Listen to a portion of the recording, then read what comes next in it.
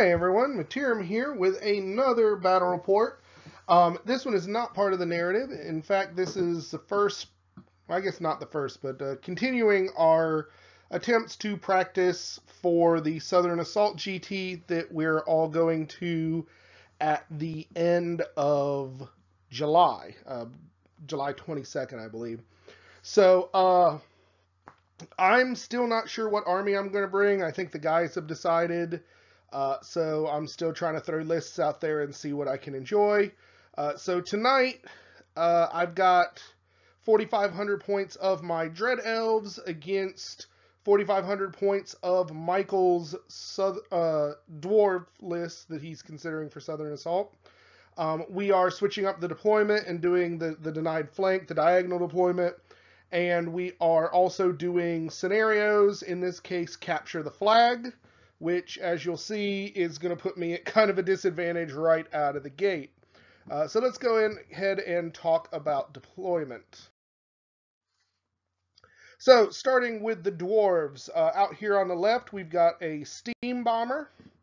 Then that first brick of dwarves is a unit of 24 graybeards with hand weapon, shields, and throwing weapons with full command. Next to that is a big old brick of 30 deep watch. In with them is the king on the war throne, which is that bear fellow in the middle there. He has a shield, 2 runes of shielding, a rune of retribution, a rune of might, and 2 runes of fury. Also in that unit at the rightmost corner is his Thane Battle Standard Bearer, who has a shield, 2 runes of iron, the Aether Lodestone, and the Aether Icon. And the unit has the runic standard of shielding on it. Next to that is another 24-man unit of Greybeards with great weapon, full command, and throwing weapons. And then up on the hill, he has the cannon, or these are both catapults. I know they look like cannons, but there's a catapult on the left, which is a rune-crafted cannon with the flaming shot upgrade. The one on the right is just a rune-crafted catapult. And in the middle is an engineer with a shield and a forged repeater. Okay, so on my side, starting on the left there, I have 5 Dark Acolytes. They are of Yema, and of course I have the champion so that they get the spell casting. Next to that is a Hydra. Then I have a Raptor Chariot. Then I have a unit of Repeater Auxiliary with a Musician. Then my big unit there is a unit of 20 Tower Guard with full command and the Banner of Blood. In the front left of the unit is an Assassin with the Nightshade, and I don't recall the name of the upgrade, but it's the close combat upgrade where she's got a 4-up ward save in close combat and distracting, and she also has paired weapons. She is also carrying the Divine Icon. In the front of that unit to the right is my general. He is a Fleet Commander Captain with the Talisman of Greater Shielding and the Charm of Cursed Icon. He also has a Repeater Crossbow. Next to that is my second Raptor Chariot. Then there's a unit of 18 Corsairs with the Banner of Speed, and they have full command and paired weapons and Repeater Handbows. Then we've got the third Raptor Chariot next to that. And then up front there are 2 more units of 10 mans of Repeater Auxiliaries with Musicians. So, my opponent, as he is wont to do, drops everything first. And so he takes the first turn. Just for the record, I'm looking at his list and what he's got. I have no idea how in the hell I am going to handle that unit in the middle. I do not have a clue. So, Oh, I also have, I'm sorry, other thing I forgot to mention, I actually have a Dread Reaper on the hill that I didn't take a picture of, but ultimately, I don't know what I'm doing. I don't know how to handle these big bricks that are going to be almost unkillable for stuff of my size, so I'm just going to kind of wing it here. So he starts the game off by sending his bomber down the flank. Um, I figure I need to kill that because it can cause all sorts of problems, so that's kind of annoying. Um, and he does not move anything else, I don't think. He might have moved up an inch with everything, but it's very, very little movement. His shooting does nothing. And he has no magic, so we go to my turn. I decide to go ahead and start pushing the auxiliary up a little bit into the forest, figuring it gives him another penalty to be shot at if he's going to go with the thrown weapons. The catapults don't care, so I can't really avoid that. But my hope is, if he moves up, I want to have enough units that'll be able to skirt around the sides of his three big blocks there and get to the back and get to that those catapults and the engineers. So we'll see whether he takes me on that. I also moved up the Corsairs and the Chariot here uh, just to kind of not taunt him, but kind of tease him to come closer so that I can sneak around with some of those units and see what happens. Um, I go ahead and start sending one chariot. That rock that's in front of my Hydra is actually a piece of impassable terrain.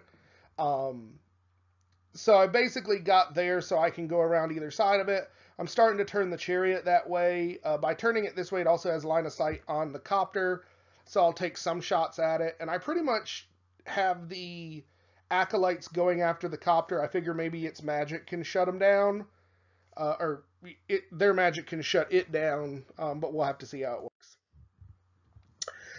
Then I get lucky, and he stops my magic cold. He beats me on one spell with the Aether Icon, and then he uses his Aether Lodestone to dispel the other spell, so I didn't do any damage. But then I go ahead and let loose.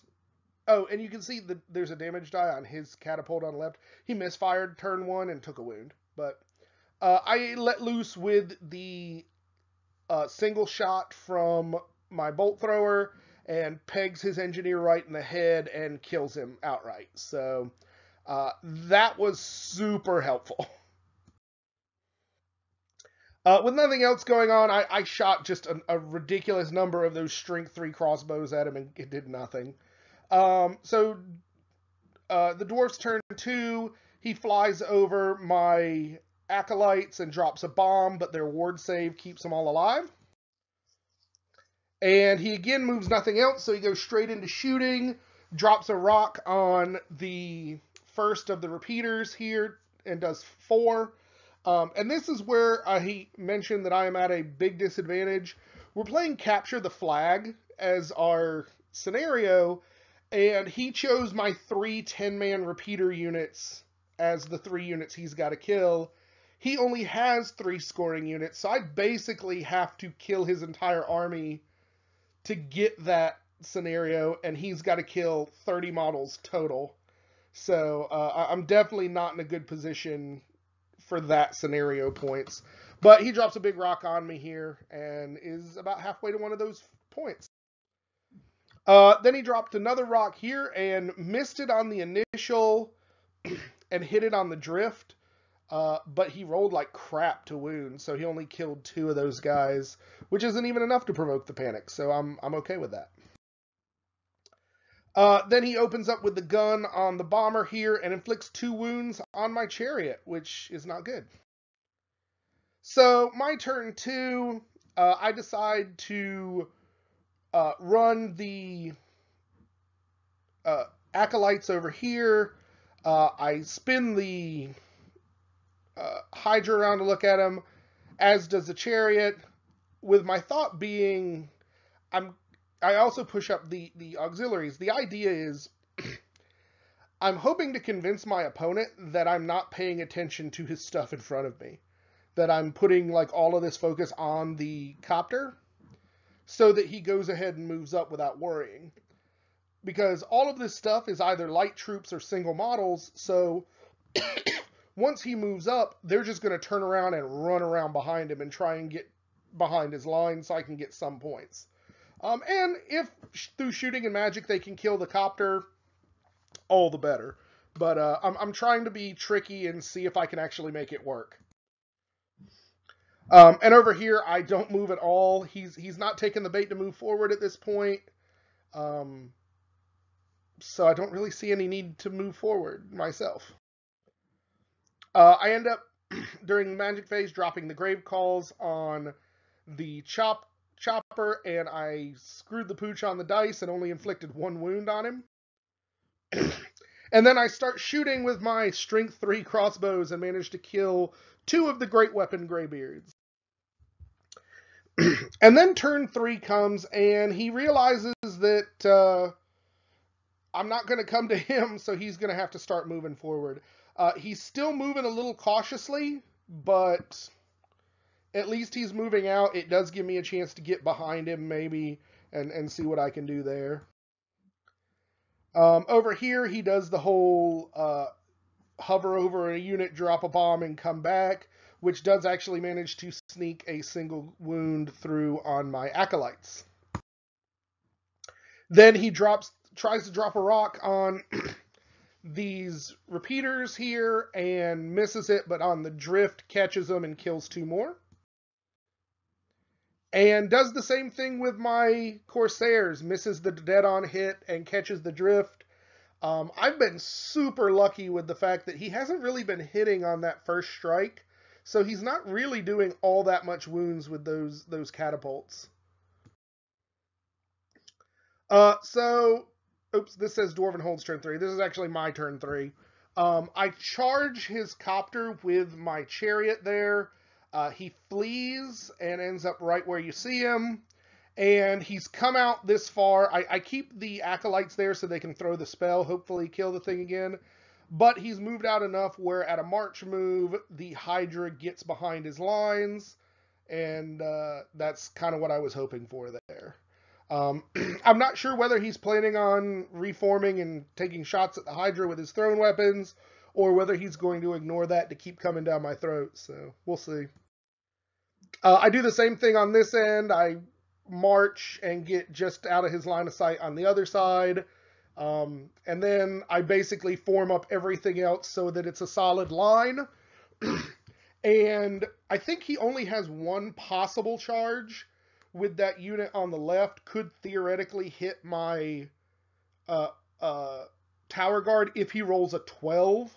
So I'm not overly worried about that. I get the grave calls off again finally and kill this fucking helicopter. And then I do some shooting, and between all the shooting in the army, I inflict 1 wound on his catapult with my bolt thrower, and I kill 4 of the great weapon dwarves with the combined remaining shooting from the army. These strength 3 crossbows are not made to handle dwarves. And then, what I wasn't worried about happened. He charges my repeaters. I decide to flee with them, figuring he'll redirect, pop out a few inches, and be in nowhere's land. And then redirects into my tower guard and rolls the double 6s he needs to hit me. So he comes hauling ass across the board and slams right into my tower guard. This was unexpected and frankly unfortunate. I'm still thinking I can do a lot of damage here, but the dwarves are just so heavily armored and just so tough compared to me. I think he's going to wear my big combat unit down before he gets his big dwarves in here. But we'll see where it goes. And then he decides, once he realizes that charge is in, he goes ahead and marches forward the full 9 to pin me in. It also is going to make things go real bad if I can't break that dwarf unit and just destroy them, because he's got counter charges like crazy. Then he goes ahead and drops a rock on these repeaters, and for the first time all game, hits them on the first go and kills all but 3 of them, but I succeed the panic check and they don't go anywhere. But they are pretty useless at this point. And over here, bad things happen. He takes out better than a rank of my tower guard.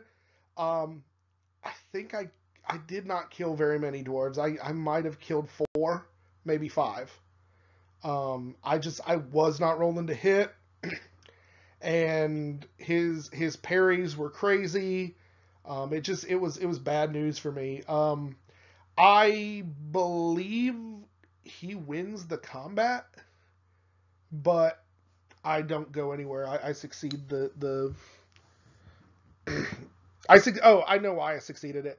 I succeeded it because the tower guard have bodyguard and I was still stubborn. Otherwise, he would have beaten me here. So we go to my turn 4, and I'm really running out of ideas here. I decide to go ahead and try and get what points I can. I charge the Corsairs and one of the chariots into the front of his great weapons. I charge the other chariot into the flank of his great weapons, and I managed to succeed getting the Hydra into his catapult on the left there.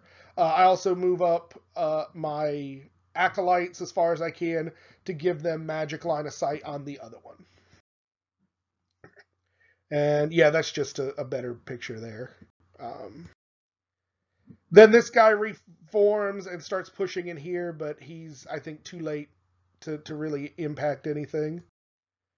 I get the grave calls on the cannon and inflict 1 more point of damage on the cannon.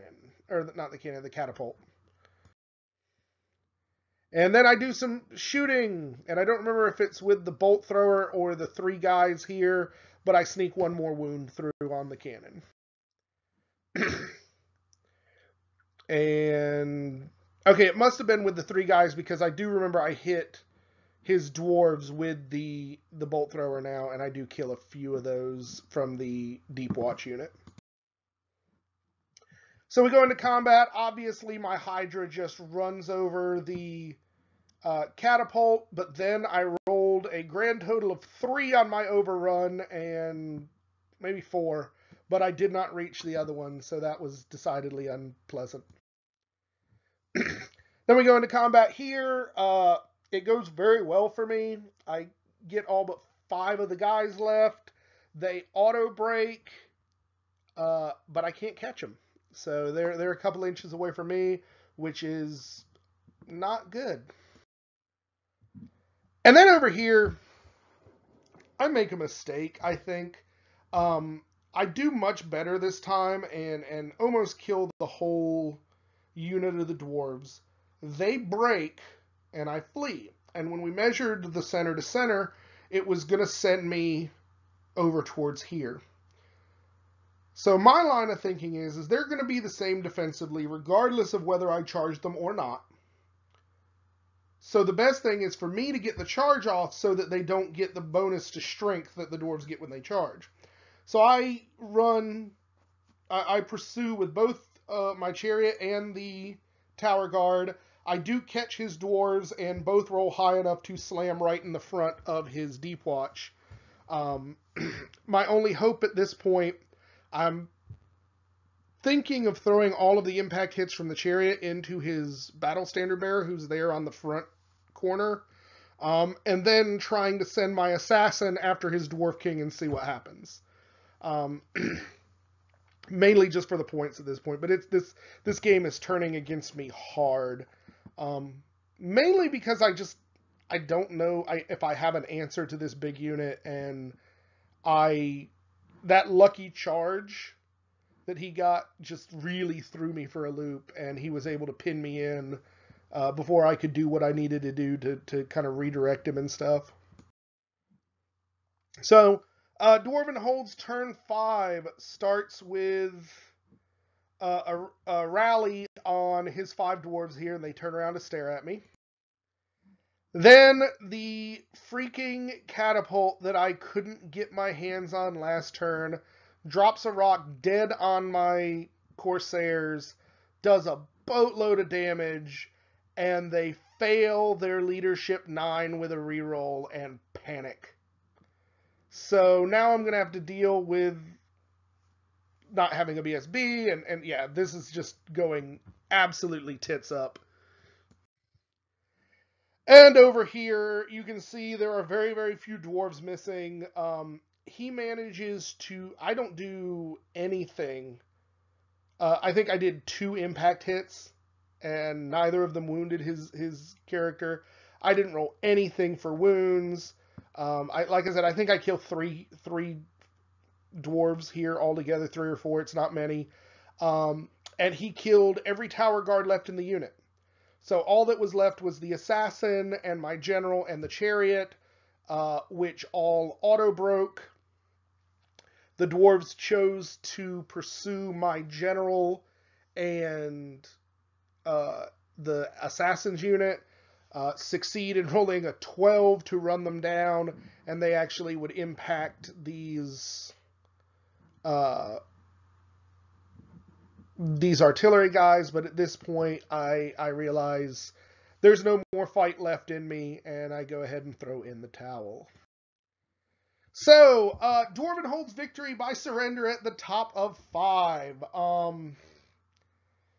Holy crap, did I not know how to deal with this army. The army that I've got put together for the Dread Elves really requires me to be able to hit soft targets with kind of overwhelming force.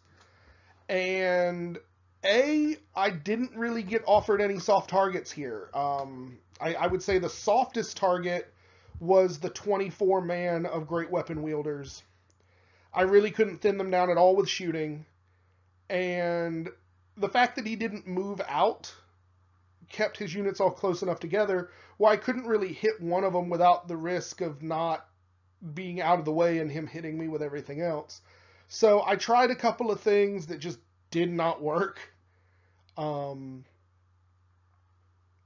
And I just did not have the tools to handle it.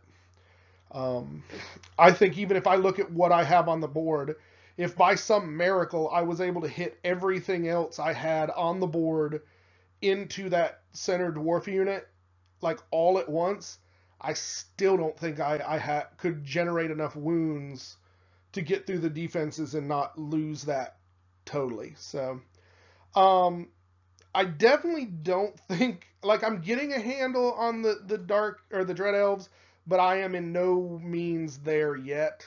I'm pretty sure that I'm not going to take them to the tournament. I just enjoyed playing them, so I haven't got a lot of chance to play them yet because they're not in our narrative yet. But I liked them. I like the Hydra, my sea serpent, as I've painted him up to look like. That's fun. I'm gonna have to play with that some more. But yeah, I think this was just a matter of a bad matchup and me not really having a good way to deal with, to deal with what's coming at me. I know Michael was really enjoying the King on the Throne, being able to have that bubble of bubble of Swift Stride is really good. I told him I still think he has just way too many points in that unit. It's like a 4,500 point game, and he's got over 2,000 points in that unit, he said, which is just mind-boggling. I mean, his 2 characters put together are over 1,100 just with the characters.